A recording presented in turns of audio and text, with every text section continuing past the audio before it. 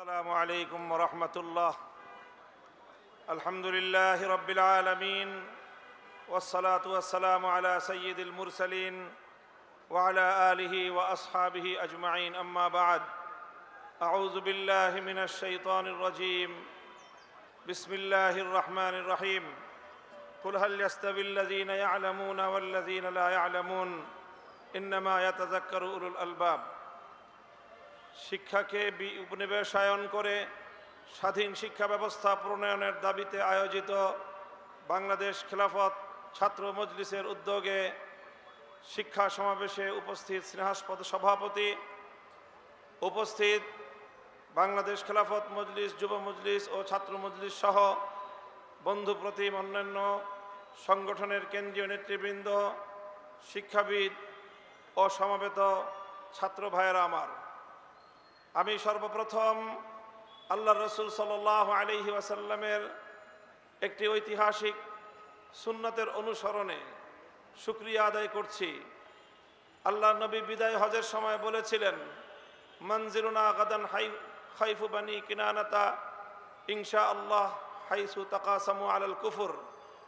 মক্কা বিজয়ের পর মক্কায় বিজয়ী বেশে প্রবেশ করে আল্লাহর নবী বলেছিলেন, যেই খাইফে বানি কিনানার মধ্যে এক সময় আবু জাহালদের নেতৃত্বে ইসলামকে ধ্বংস করার চুক্তি সম্পাদিত হয়েছিল, আগামীকালকে আমরা সেই জায়গায় অবস্থান করে আল্লাহর শুকরিয়া আদায় করার মাধ্যমে আমরা বিজয় উদযাপন করব।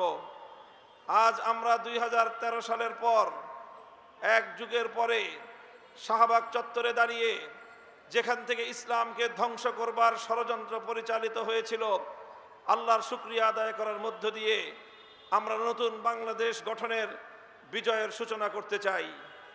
সংগ্রামী সাথী ও বন্ধুগণ, সেই সাথে বলতে চাই, এই শাহবাগ চত্বরে দাঁড়িয়ে আমি আজকের অন্তর্বর্তীকালীন সরকারের কাছে সুস্পষ্টভাবে দাবি জানাতে চাই, এই শাহবাগ চত্বরকে কেন্দ্র করে এই গণজাগরণের নামে বাংলাদেশকে বিভক্ত করবার, বাংলাদেশের স্বাধীনতাকে বিপন্ন করবার চক্রান্তের বিরুদ্ধে রুখে দাঁড়িয়েছিল যে শাপলা চত্বর, সেই শাপলার শত শহীদানের আজও পর্যন্ত রক্তের কোনো প্রতিবিধান করা হয়নি। এখনো পর্যন্ত শাপলা চত্বরের বীর শহীদদের হত্যাকাণ্ডের জন্য কোনো রাষ্ট্রীয় উদ্যোগ আমরা লক্ষ্য করতে পারছি না।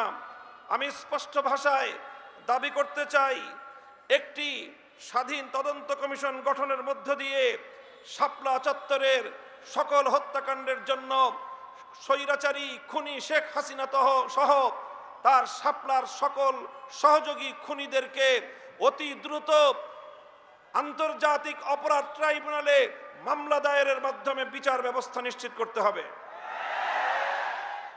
আমি ঢাকা বিশ্ববিদ্যালয়ের এই প্রবেশদ্বারে দাঁড়িয়ে স্মরণ করতে চাই নবাব স্যার সলিমুল্লাহদেরকে, যাদের ত্যাগ এবং অনুদানের ভিত্তিতে প্রতিষ্ঠিত হয়েছিল এই ঢাকা বিশ্ববিদ্যালয়।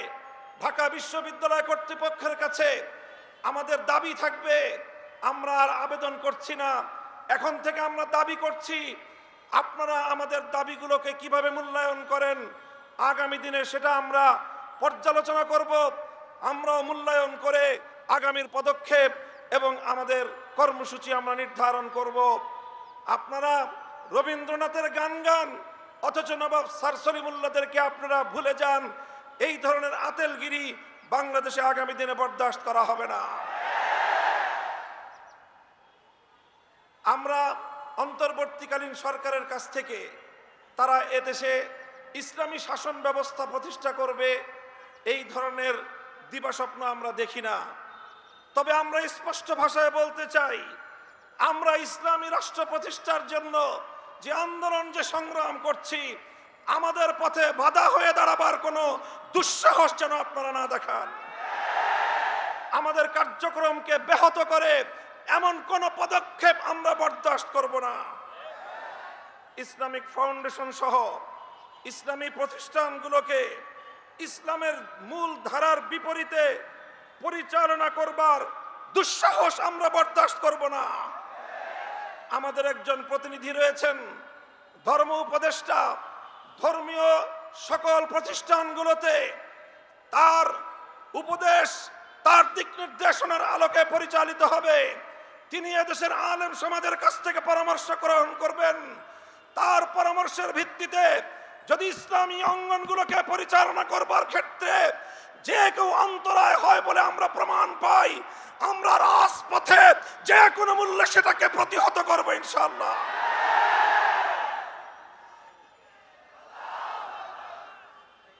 আমরা পরিষ্কার ভাষায় বলতে চাই, শিক্ষা ব্যবস্থায় ইসলামের বিরুদ্ধাচরণের অশুভ ধারা বন্ধ করতে হবে।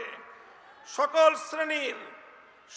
শ্রেণীর শিক্ষা ব্যবস্থায় প্রতিনিধিত্বশীল ব্যক্তিবর্গের মাধ্যমে নতুন শিক্ষা ব্যবস্থা প্রণয়নের উদ্যোগ গ্রহণ করতে হবে। আপনারা সেই আওয়ামী দুঃশাসনের আমলের মতো বরাবর এদেশের ইসলামপন্থীদেরকে উপেক্ষা করে চলবেন। আমাদেরকে উপেক্ষা করার এই ধারা আমরা আর বেশি দিন চুপ করে বরদাস্ত করব না। শিক্ষা কমিশনে এদেশের সর্বজন কোনো আলেম প্রতিনিধি অন্তর্ভুক্ত করতে হবে, না হয় ওই শিক্ষা কমিশনের কোন সুপারিশ আমরা মানব না। বৈষম্যহীন শিক্ষা ব্যবস্থা প্রতিষ্ঠার স্পষ্ট দাবি জানাই। আলিয়া মাদ্রাসার শিক্ষার্থীরা তারা জাতীয় শিক্ষা ব্যবস্থায় জাতীয় সকল চাকরি বাকরির ক্ষেত্রে বৈষম্যহীন সুযোগ সুবিধা চায়। এক্ষেত্রে মেধার ভিত্তিতে সকলের জন্য সকল ব্যবস্থায় যত ধরনের বৈষম্যমূলক নীতি রয়েছে, বৈষম্যমূলক ব্যবস্থা এবং আইন রয়েছে, সেগুলোর বিলোপ করতে হবে। কিছু কিছু বিভাগে, অনেক পাবলিক বিশ্ববিদ্যালয়ে আলিয়া মাদ্রাসার ছাত্রদের জন্য ভর্তির সুযোগ রাখা হয় নাই। অনেক চাকরির ক্ষেত্রে বৈষম্য করা হয়। এই বৈষম্য আমরা আর কয়েকটা দিন দেখব, এরপরে আর দেখব না, প্রতিরোধ করব ইনশাআল্লাহ। আমাদের কওমি মাদ্রাসার ব্যাপারে আমরা অত চাকরি বাকরির কথা বলি না, তবে শুধু এতটুকু বলবো, কওমি আলেম সমাজ যেভাবে চায় সেইভাবে কওমি শিক্ষা ব্যবস্থাকে মূল্যায়ন করতে হবে। কওমি আলেম সমাজের কাছ থেকে দেশ গঠনে মেধার অনুযায়ী যথাযথভাবে রাষ্ট্রীয় সকল পর্যায়ে তাদের জন্য সেবা প্রদান করবার, কর্মসংস্থানের সুযোগ নিশ্চিত করতে হবে। সংগ্রামী সাথী ও বন্ধুগণ, উপনিবেশায়নের যে কথা আজকে আমরা বলছি, আমরা দেশটাকে কলোনি হিসেবে আর দেখতে চাই না। ব্রিটিশরা আমাদেরকে এক সময় কলোনি হিসেবে ব্যবহার করেছে। ভারত আমাদেরকে কলোনি হিসেবে ব্যবহার করবার জন্য তার সেবাদাসী শেখ হাসিনাকে বছরের পর বছর আমাদের কাঁধের উপর চাপিয়ে রাখবার অপচেষ্টা চালিয়েছে। এই অপচেষ্টার পরিণাম কি হয়েছে? ভারতকে এখান থেকে শিক্ষা গ্রহণ করবার জন্য আমি উদাত্ত আহ্বান জানাবো।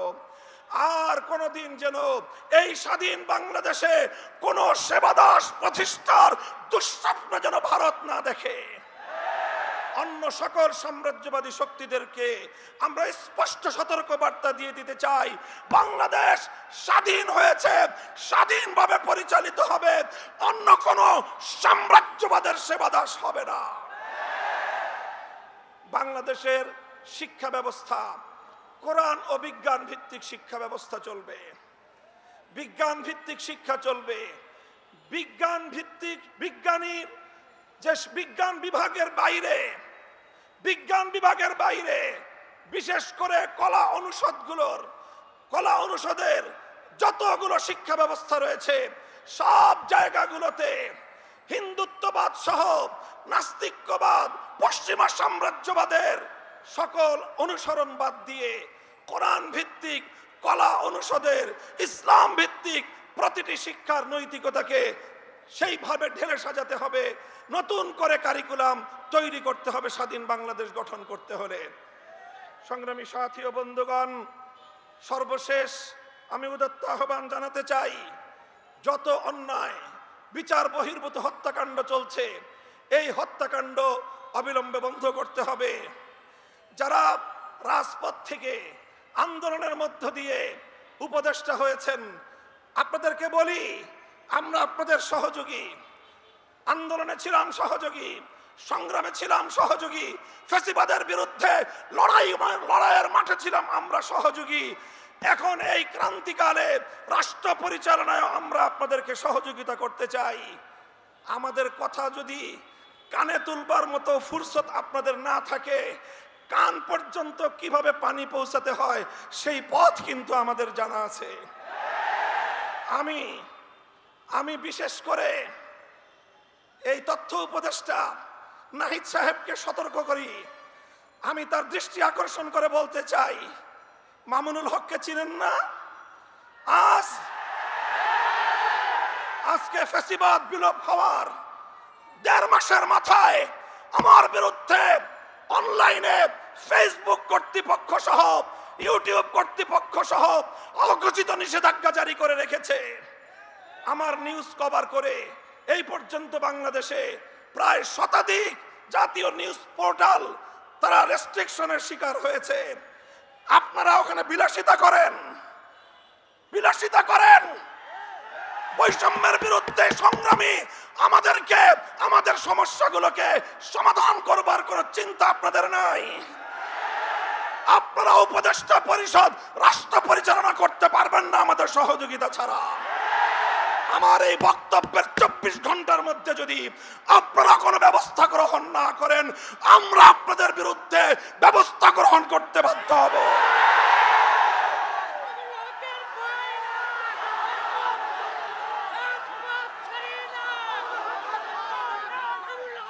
সংগ্রামী সাথী ও বন্ধুগণ, আমরা পরিষ্কার ভাষায় বলি, আন্দোলনে ছিলাম আমরা, সংগ্রামে ছিলাম আমরা, রক্ত দিয়েছি আমরা, কারারুদ্ধ হয়েছি আমরা, অন্যায় অপমানের শিকার হয়েছি আমরা, ষড়যন্ত্রের শিকার হয়েছি আমরা, যুদ্ধ করে বিজয়ের রণাঙ্গনেও ছিলাম আমরা। এখন সম্মিলিতভাবে এই রাষ্ট্রটাকে এগিয়ে নেওয়ার দায়িত্ব আমাদের। আমরা সহযোগিতা করতে চাই, গায়ে পড়ে সহযোগিতা করতে চাই। আমাদের গায়ে পড়ে সহযোগিতা যদি পায়ে ঠেলতে চান, সে পা ভেঙ্গে গুড়িয়ে দিতে এক মুহূর্ত আমরা বিলম্ব করব না। আল্লাহ পাক রব্বুল আলামিন এই বাংলাদেশকে একটি সুন্দর, সমৃদ্ধশালী একটি বাংলাদেশ হিসেবে এগিয়ে নেওয়ার তৌফিক দান করুন। আমরা পরিষ্কার ভাষায় বলি, আমরা ইসলামী রাজনীতি করি।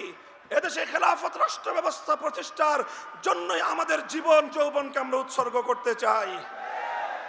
আপনারা কে কি রাজনীতি করবেন আপনাদের বিষয়। আমরা আমাদের আদর্শ আপনাদের উপর জোর করে চাপিয়ে দিতে চাই না, কিন্তু আমাদের রাজনীতির প্রতি যদি কেউ বৈষম্যমূলক দৃষ্টিভঙ্গি নিয়ে তাকাবার চেষ্টা করেন, চোখ উপড়ে ফেলবো। আমরা কারো করুণা চাই না, অধিকার চাই। ভিক্ষা চাই না, আমরা অধিকার চাই। অধিকার যদি সহজে না দেয়, অধিকার আদায় করে নিতে পারি আমরা। রক্তের প্রয়োজন হলে রক্ত দেই, অধিকার আমরা আদায় করে নেই।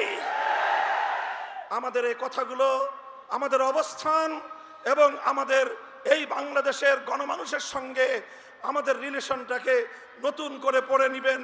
যদি কেউ যদি আমাদের ব্যাপারে অন্য কোনো ভাবনা ভাবতে চান, তাহলে আপনাদেরকে রাজপথে মোকাবেলার দাওয়াত থাকলো।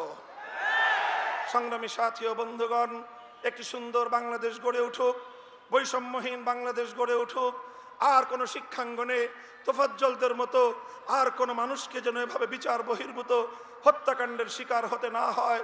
সকল বিচার বহির্ভূত হত্যাকাণ্ডগুলোকে তদন্তপূর্বক প্রকৃত দোষীদের বিরুদ্ধে ব্যবস্থা গ্রহণের দাবি জানিয়ে একটি সুন্দর, সুশৃঙ্খল, উপনিবেশহীন, উপনিবেশবাদহীন, উপনিবেশবাদ মুক্ত, স্বাধীন একটি স্বনির্ভর জাতি গঠনের জন্য যা যা করতে হয় তা করার জন্য আহ্বান এবং তার সহযোগিতার আহ্বান জানিয়ে বক্তব্য শেষ করলাম।